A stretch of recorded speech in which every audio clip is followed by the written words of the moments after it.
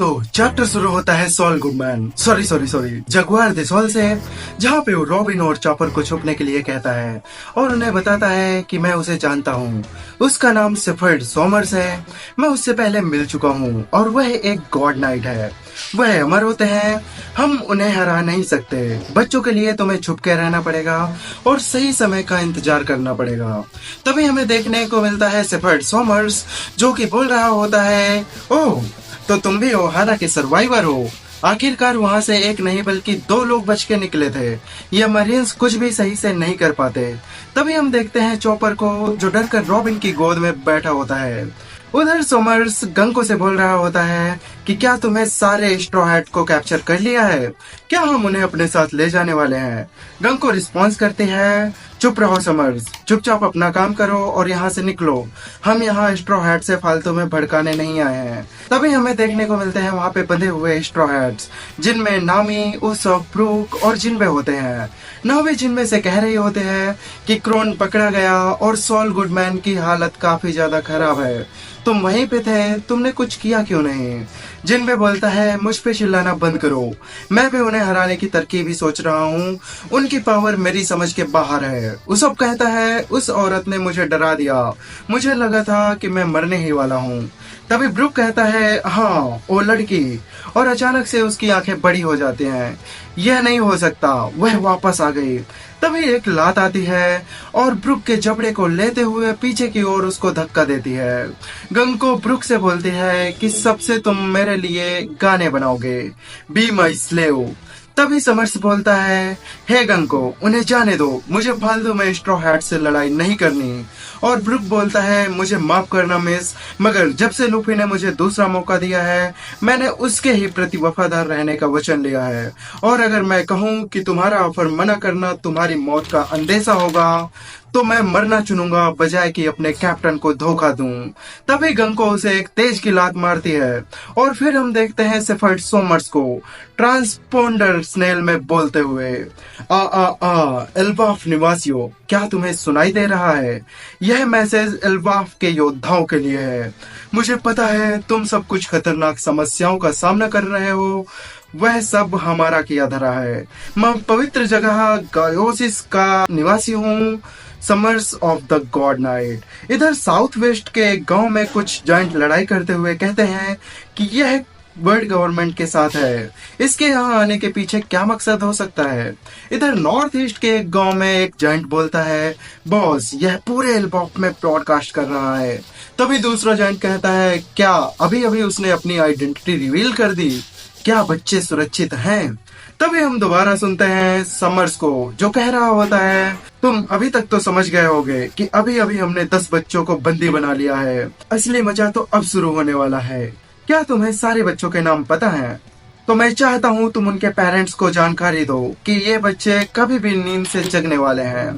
तभी हम देखते हैं सभी बच्चों की आंखें खुलते हुए। हमारा शरीर अपने आप क्यों चल रहा है? हम कहाँ जा रहे हैं? एक बच्चा बोलता है। सभी बच्चे पैनिक कर रहे होते हैं।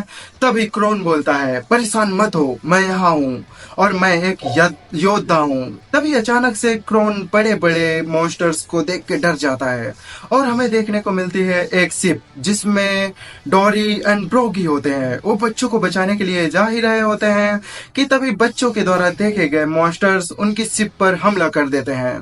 तभी हमें एक जायंट बोलता है, ये मॉन्स्टर तो मेरी वाइफ की तरह दिख रहा है। और दूसरा बोलता है, और दूसरा मॉन्स्टर मेरी वाइफ की तरह। और वो फिगर आउट करते हैं कि यह मॉन्स्टर्स बच्चे जिन चीजों के सबसे ज्यादा डरते हैं उन्हीं के रूप में दिख रहे हैं, अतः ये बच्चों की इमेजिनेशन होगी। फिर हम देखते हैं समर्स को, जो अनाउंस कर रहा होता है, योद्धाओं की शिप आसमान से नीचे गिर चुकी है, अब बच्चों को बचाने के चांसेस 0 के बराबर हैं। सीधे पॉइंट पे आते हैं। लेजेंडरी योद्धा जारुल, तुमसे मैं बात करना चाहता हूँ। किंग की अनुपस्थिति में तुम ही उनके रिप्रेजेंटेटिव हो। हमारी बात एकदम आसान है, हमें तुम्हारे जायंट्स चाहिए हमारी लड़ाई में मदद करने के लिए। देखते हैं ये बास्टर्ड्स कितने कीमती साबित होते हैं। और फिर वह एक एक करके बच्चों के नाम लेना शुरू करता है। यलवा, ओलो, करिन, रोन्या, क्रोन। वैसे तो हम 9 बच्चों को ही बंदी बनाने वाले थे, मगर क्रोन नामक बच्चा उन्हें बचाने के लिए आया और वह 10 की मात्रा में हो गए। तब हमें देखने को मिलते हैं क्रोन के पेरेंट्स रिप्ली एंड गबन। क्या क्रोन? देखा रिप्ली, मुझे अपने बच्चों पर नाज है। फिर समर्स आगे बोलता है, अब समय है हुक्म देने का। सब ध्यान से सुनना, यह तुम्हारा विद्यालय किसी काम का नहीं और लाइब्रेरी बेमतलब के इतिहास से भरी पड़ी है। मैं चाहता हूँ तुम इसे जला दो और हमारे प्रति अपनी निष्ठा साबित करो, नहीं तो हम इन बच्चों को मारना शुरू कर देंगे।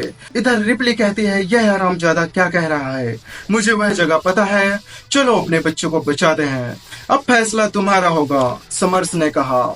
इधर जारुल को कुछ समझ नहीं आता, क्या करना है, क्या मुझे?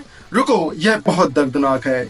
इधर स्कूल टीचर बोल रही होती है, स्कूल शांति का प्रतीक है और लाइब्रेरी में ओहारा के स्कॉलर्स के बलिदान की वजह से हजारों सालों का इतिहास रखा हुआ है। यह खजाना केवल इल्बाफ की जागीर नहीं है। और तभी हम देखते हैं चापर को, जो बोल रहा होता है, रॉबिन प्लीज नहीं। और दूसरी तरफ रिप्ली बोलती है, सैन प्लीज नहीं।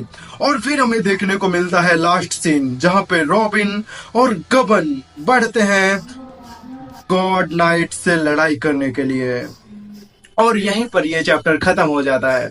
तो अगर आपको ये मेरा हिंदी अनुवादित चैप्टर पसंद आया हो तो प्लीज वीडियो को एक लाइक करना, चैनल अगर पसंद आया हो तो इसे सब्सक्राइब करके बेल आइकन प्रेस करना, ताकि मुझे मोटिवेशन मिले ऐसा ही आगे और कंटेंट बनाने के लिए।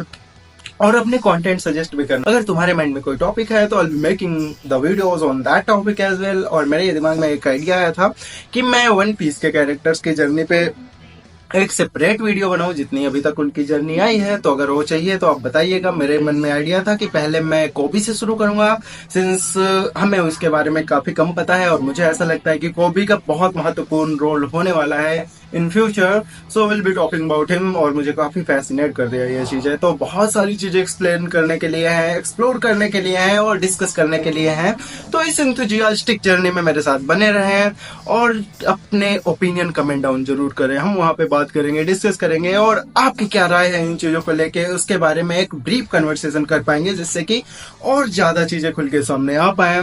तब तक के लिए यार एंजॉय करो दिस वीडियो। मैं जाता हूँ और कुछ रिसर्च एंड ऑल करने। See you. Take care.